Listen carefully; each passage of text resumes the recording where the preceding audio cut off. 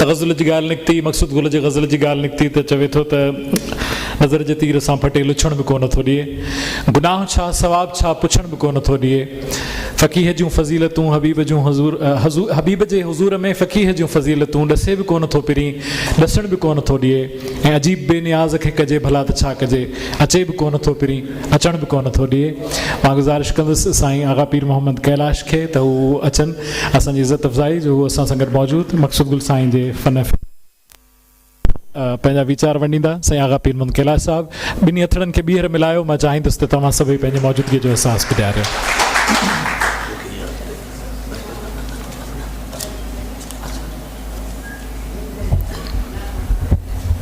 साईं इमदाद हुसैनी साहब, साईं लिखियारी साहब, अयाज़ गुल, साईं बलोच साहब ऐं साम्हूं वेठल मुंहिंजा मान वारा लेखक पढ़ंदड़ ऐं साईं मक़सूद गुल खे यादि करण लाइ कई आयल दोस्तो, मां थोराइतो आहियां यासिर जो जंहिं मूंखे इहो मौक़ो ॾिनो। मां हिते हुउसि त हुन चयो त जेकॾहिं तव्हां हिते आहियो त अचो अची मक़सूद गुल साहिब जे हिन महफ़िल में मौजूदु थियो। ॿाहिरि रहण जे करे घणनि ॾुखनि सुखनि में असां हिक ॿिए सां गॾु थी न सघंदा आहियूं, त पोइ जॾहिं मौक़ो मिले त माण्हू हाज़िरी भरे। ऐं मां मक़सूद गुल साहिब जे पंहिंजे समूरी यादाश्तुनि उन सां घारियल ॾींहंनि ऐं उनखे साम्हूं रखंदे यासिर खे न चई सघियूं ऐं अची हाज़िर थियो आहियां। ॿाहिरि रहण जे करे घणो करे ईअं थो थिए त पंहिंजे मुल्क में जेका अदब जी सूरत हाल आहे, जेका दोस्त जे मिड़ाकनि में जेको ॻाल्हियूं थियनि थियूं, मां जॾहिं ॿाहिरि वियो हुउसि त सिंध खे अहिड़े हाल में छॾे वियो हुउसि जिते सिंधियत बि संगत थींदी हुई, मिड़ाका थींदा हुआ, बहस थींदा हुआ, माण्हू हिक ॿिए सां अदबी ऐं इल्मी ॻाल्हियूं कंदा हुआ। ऐं जेकॾहिं को हिन क़िस्म जो मिड़ाको थींदो तॾहिं बि संजीदगीअ सां हिक ॿिए खे ॿुधंदा हुआ ऐं ॻाल्हाईंदा हुआ। पर हाणे जॾहिं मां मोटी आयो आहियां त फ़ज़ा मटिजी वई आहे। दोस्त लतीफ़नि ॿुधाइण जे फ़न खे शायदि अदबी महफ़िल सम्झनि था, हिक ॿिए जो मज़ाक़ उॾाए या हिक ॿिए जूं ॻाल्हियूं करे, हिक ॿिए सां दोस्तियूं यारियूं निभाए ऐं चार ॻाल्हियूं करे ऐं ताड़ियूं वॼाइनि था। इहो फ़न मूंखे नथो अचे, पोइ मूंखे सम्झ में नथो अचे त मां ॻाल्हाईंदुसि त तव्हां ताईं पंहिंजी ॻाल्हि पहुचाए बि सघंदुसि अलाए न सघंदुसि। हिते ॻाल्हि मक़सूद गुल साहिब जे हवाले सां ऐं उन सां पंहिंजे तालुक खां अलावा उन जी शख़्सियत खे हिन दौर जे नौजवाननि सां, हिन दौर जे माण्हुनि सां ऐं उन्हनि सां मिलाइण जी ज़रूरत आहे, जंहिं लाइ मक़सूद गुल हमेशह लिखियो ऐं मौत खे मात ॾेई पंहिंजो जिस्म खणी हलियो वियो। पर हू हयात आहे ऐं हू कॾहिं बि न मरंदो, हू अॼु बि असां सां गॾु आहे। इंसान जॾहिं हिन धरतीअ ते आयो आहे त उनखे सिर्फ़ु ऐं सिर्फ़ु हिकिड़ो ई ग़म आहे त हू अमरता कीअं पाए। ॼमण खां वठी मरण ताईं इंसान जी जिदोजहद हूंदी आहे त मां मरां न। बीमार थींदो त दवा वठंदो, जेकॾहिं इल्मु न हूंदुसि त इल्मु हासिलु कंदो, पैसो जमा कंदो, दौलत ठाहींदो, हता के ॿार पैदा कंदो त जीअं मुंहिंजो नालो निशान क़ाइमु रहे, मां मरी न वञा। छाकाणि त तव्हां ॿुधो हूंदो अमूमन इहो चयो वेंदो आहे त यार फलाणो मरी वियो, पंहिंजो जेको आहे ना निशान ई मिटाए वियो। पर फ़न ऐं अदब उहो राज़ आहे, उहो मंतर आहे, उहा आब हयात आहे जेका माण्हूअ खे मरणु नथी ॾे ऐं जेकॾहिं उहो करे थो त उहो कॾहिं बि न मरंदो। हिते ॻाल्हि थी त मक़सूद गुल साहिब कंहिं हिकिड़े टोले जो माण्हू हो। उहो टोलो ऐं उनजी जेका शनाख़्त हिन क़िस्म जी हुई। ॿी ॻाल्हि इहा बि थी त मक़सूद गुल साहिब विच वारो रस्तो वठी ऐं हिन क़िस्म जी करण जी कोशिशि कई। मक़सूद गुल साहिब मुंहिंजी नज़र में हिकु मुकमल इंसान हो ऐं इंसान हुजण ई सभ खां वॾी ॻाल्हि आहे। शाइर, डॉक्टर, इन क़िस्म जा पेशावर खोड़ पैदा थींदा आहिनि, पर मक़सूद गुल साहिब जहिड़ो माण्हू सिर्फ़ु ऐं सिर्फ़ु हिकिड़ो सुठो इंसान हो। इन जे करे ई जीअरियो आहे ऐं इन जे करे ई यासिर काज़ी हिते वेठो आहे जेको उन जी कंटिन्यूटी आहे। हाणे ॻाल्हियूं खोड़ करे सघजनि थियूं, इख़्तिलाफ़ बि करे सघजनि था, उन्हनि खे जेको आहे सो निबेरे बि सघिजे थो, पर ही उहो मौक़ो न आहे जिते असां इन क़िस्म जूं ॻाल्हियूं कयूं। मां हिते इहा ई ॻाल्हि चवण जे लाइ हाज़िर थियो आहियां त मक़सूद गुल खे पंहिंजे पाण ऐं हिकिड़े वजूद खे सम्झण जे लाइ सवाइ मक़सूद गुल जे ॿिए कंहिं बि सहारे जी ज़रूरत कोन्हे। मां मक़सूद गुल खे जेकॾहिं हिते पेश कंदुसि या मक़सूद गुल ते ॻाल्हाईंदुसि त मक़सूद गुल तव्हां सां साम्हूं अचे, उन जी तस्वीर ठहे, तव्हां घटि में घटि इहो सम्झो त हीअ आहे मक़सूद गुल जेको अञा मोह न आहे। ऐं उन जी शुरूआति मां थो कयां त जेका मक़सूद गुल जी शाइरी आहे उहा त आहे, पर उन शाइरीअ सां गॾु मक़सूद गुल जो हिकिड़ो दिमाग़ आहे, मक़सूद गुल जी हिकिड़ी सोच आहे, मक़सूद गुल जो हिकिड़ो हुनुर आहे, उनजो ॾांहुं आहे, जन सभिनी गॾिजी मक़सूद गुल जी शख़्सियत ठाही आहे। ऐं उहा अहिड़ी आहे जंहिंखे मां बार बार चवां थो त मौत मारे न सघियो आहे ऐं न मारे सघंदो।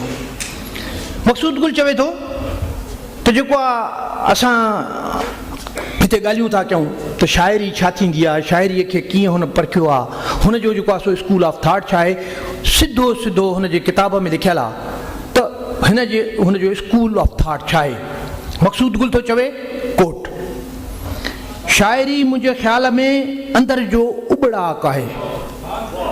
हाणे उबड़ाक लफ़्ज़ बज़ाते ख़ुदि आम तौर ते माण्हू इस्तेमालु नथा कनि ऐं उबड़ाक खे पंहिंजी कैफ़ियती माना में सम्झी तॾहिं ई शाइरीअ खे सम्झी सघिजे थो। शाइरी मुंहिंजे ख़्याल में अंदर जो उबड़ाक आहे ऐं उहा ई शाइरी दिलि ते सिधो संहो असरु करे थी जेका अंदर जे उत्साह मां निकिरी लफ़्ज़नि जो रूप वठी कलम ज़रिए काग़ज़ जे सीने ते पखिड़िजी वञे। लफ़्ज़नि ऐं अहसासनि में वॾो फ़र्क़ु थिए थो। सिर्फ़ु लफ़्ज़नि खे ज़ोरीअ क़ैद करे काग़ज़ ते उछलाइण सां शेर त जुड़ी वेंदो, पर उहा मुर्दा लफ़्ज़नि जो मजमूओ हूंदी जॾहिं त उत्साही शाइरी जीअरनि जज़्बनि जो नालो आहे। हिते ॻाल्हि कई वई त हामी साहब हू हिते जिते बि शाइरीअ खे एक्सप्लेन थो करे हामी साहब खे विसारे नथो। चवे थो डॉक्टर हामी मरहूम चवंदो हो त शाइरी त घणा ई कंदा आहिनि पर शाइर के हूंदा आहिनि। हू महसूसु कयो आहे त शाइरी मुख़्तलिफ़ कैफ़ियतुनि जो नालो आहे।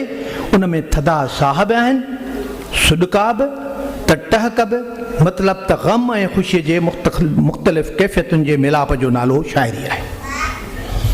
हाणे इहा असांखे हिकिड़ी अहिड़ी वस्फ़ ॾिनी आहे मक़सूद गुल साहब जिते जेके नौजवान शाइर अचनि, जेके नौजवान शाइरी पढ़णु सिखनि, जेके शाइरीअ जे हिन फ़ज़ा में रहणु चाहिनि, उहे शाइरीअ खे लफ़्ज़नि खां जुदा करे अहसासाती सतह ते महसूस बि करे सघनि ऐं पोइ उहा शाइरी कंहिं बि जेको धुर जी, कंहिं बि इज़्म जी, कंहिं बि उनजी उन खां बालातर हूंदी ऐं उहा अहसास जी उन सतह ते हूंदी जिते कॾहिं कॾहिं असां पाण वाइड़ा थी वेंदा हुयूं। ऐं मक़सूद गुल जो किताब जॾहिं मूं पिया पढ़ियो त उन में खोड़ अहिड़ियूं जायूं आहिनि। मसलन हिन महिल ताईं हमेशह इहो थींदो आयो आहे त शाइर हिकिड़ी शइ खे ॿिए सां तस्वीर ॾींदा आहिनि। अखियुनि खे कंहिं शइ सां तस्वीर ॾिबी आहे। रोइण चंड जो यासर हिकिड़ो शेर पढ़ियो, मां उहो शेर बि पढ़ां थो ऐं उन सां गॾु ॿियो हिकिड़ो शेर बि पढ़ंदुसि जंहिंमहिल जेको आहे असांखे ख़बर पवंदी त चंड वण जी बांह ते खाॾी रखी तुंहिंजे दर्शन जूं दुआऊं थो घुरे। हाणे इहो शेर आहे जंहिंखे जेकॾहिं सम्झिजे त हिकिड़ो अहिड़ो मंज़र आहे जेको चंड पाण जेको आहे चंड वण जी बांह ते खाॾी रखी तुंहिंजे दर्शन जूं दुआऊं थो घुरे। हाणे प्यार मोहबत ऐं जेका फितरत आहे, माण्हू हमेशह महबूब खे चंड सां मिसाल ॾींदा आहिनि। ही सॼो डिलेमा ऐं शाइरी जी डायलेक्टिक्स उभिती कयल आहे त चंड जेको आहे उहो वेठो आहे ऐं जॾहिं तव्हां ॾिसंदव त कॾहिं कॾहिं अहिड़ी जाइ ते अची बीहंदो आहे जिते वण में जेकॾहिं चंड हुजे त तव्हांखे चंड अटकियल लॻंदो त चंड अहिड़े क़िस्म जो ठहियलु आहे। हाणे इन कैफ़ियत खे जेको आहे सो काज़ी साहब फील कयो ऐं उनखे जेको आहे सो चयो त बाबा मुंहिंजो महबूब न चंड जे असां तशबीह जो मोहताज न आहे, हू त पाण हिन खे ॾिसण जो मुश्ताक़ आहे।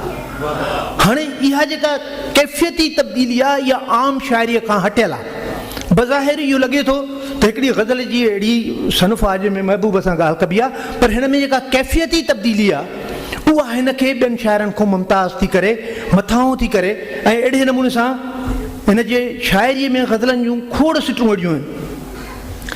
हाणे हिकिड़ी अहिड़ी कैफ़ियत आहे जंहिंमें ॿ सिर्फ़ु ऐं सिर्फ़ु ख़्याल आहिनि।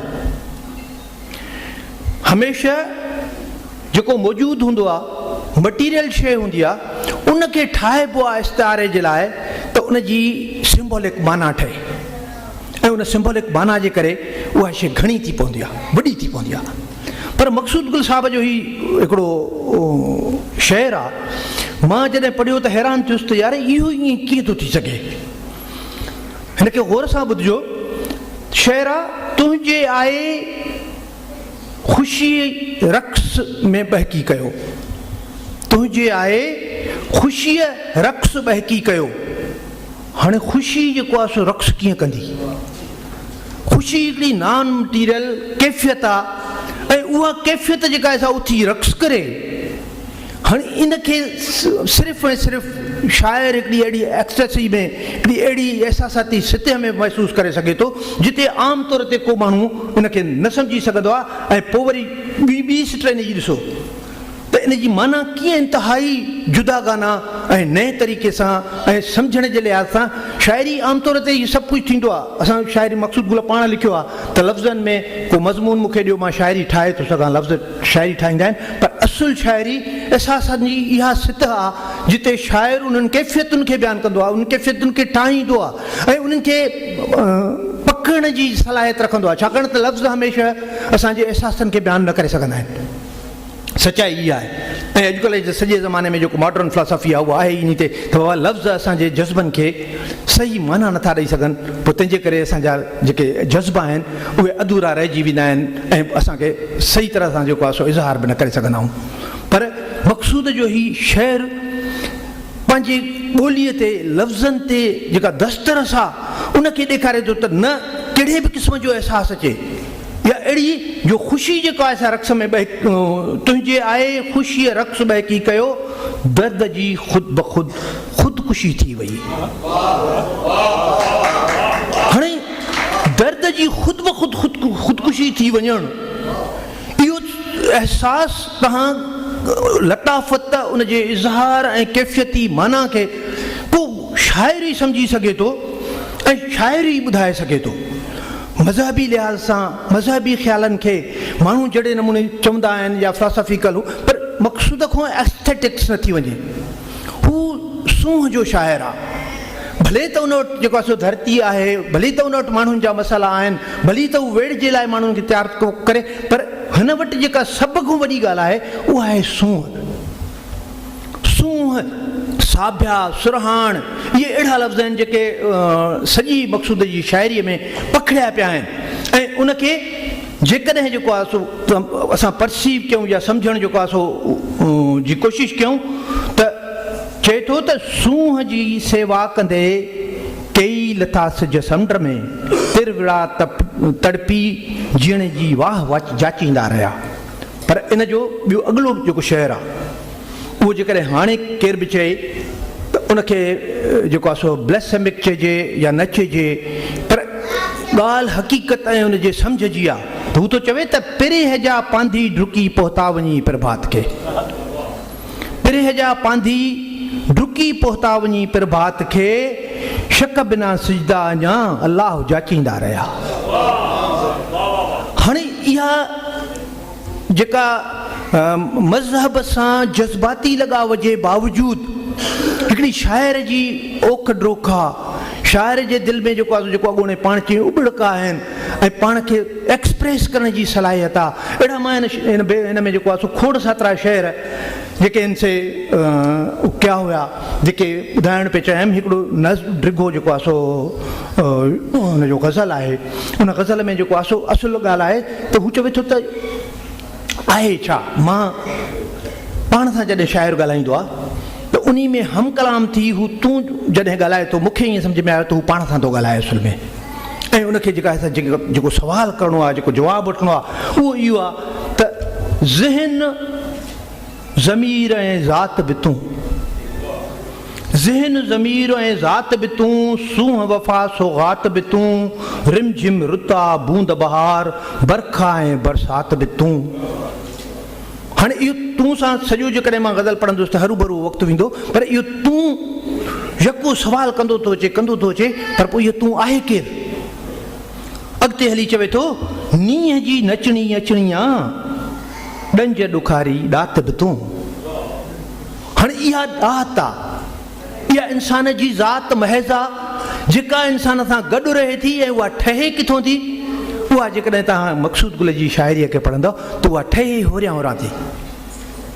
पंहिंजे बाबा साईं खां हिन किताब में पढ़ियो, पंहिंजे बाबा साईं खां थोरो मां खाधो, उतां निकिरी वरी जेको आहे वियुसि हामी साहब हिते ॻाल्हि थी हामी साहब, पर हामी साहब खां वधीक जेको आहे सो मक़सूद गुल साहब ते ऐं उनजी शाइरीअ सां जेका कचहरियुनि वारी आहे निसार बज़मी साहब जो मक़सूद गुल साहब सां वॾी रिहाण ऐं शाइरीअ जी जेको आहे सो डिस्कशन जो रिश्तो हो। त उहो निसार बज़मी साहब वटो कुझु वरितो, कुझु जेको आहे सो सचल सरमस्त मञो। जॾहिं इहे सभु शयूं गॾिजनि थियूं हिकिड़ी जाइ ते, पर मक़सूद गुल जो ज़हन भोगड़ीअ जी उहा तई आहे गरम थियल, जिते जेकॾहिं जेको आहे सो को बि फुलो पए थो त उहो ॾही शिकिल थो अख़्तियार करे। कोई बि जेको आहे सो तव्हां हुन में जेको आहे सो मकई जो दाणो विझो, तव्हांखे जेको आहे सो ॾाढो फुले वांगुरु सुहिणो ख़ूबसूरत थी मिलंदो ऐं उनजी जेका माना असां दरियाफ़्त न करे सघंदासीं। त खोड़ ॻाल्हियूं आहिनि करण जूं। बहरहाल मक़सूद गुल खे सम्झण जे लाइ उनखे ई पढ़णो पवंदो, बाक़ी न त असां उनखे न सम्झी सघंदासीं। महिरबानी। मक़सूद गुल खे सम्झण जे लाइ खेसि ई पढ़णो पवंदो ऐं संदसि अक्स उन जे ई शाइरीअ मंझां असांखे झटण जी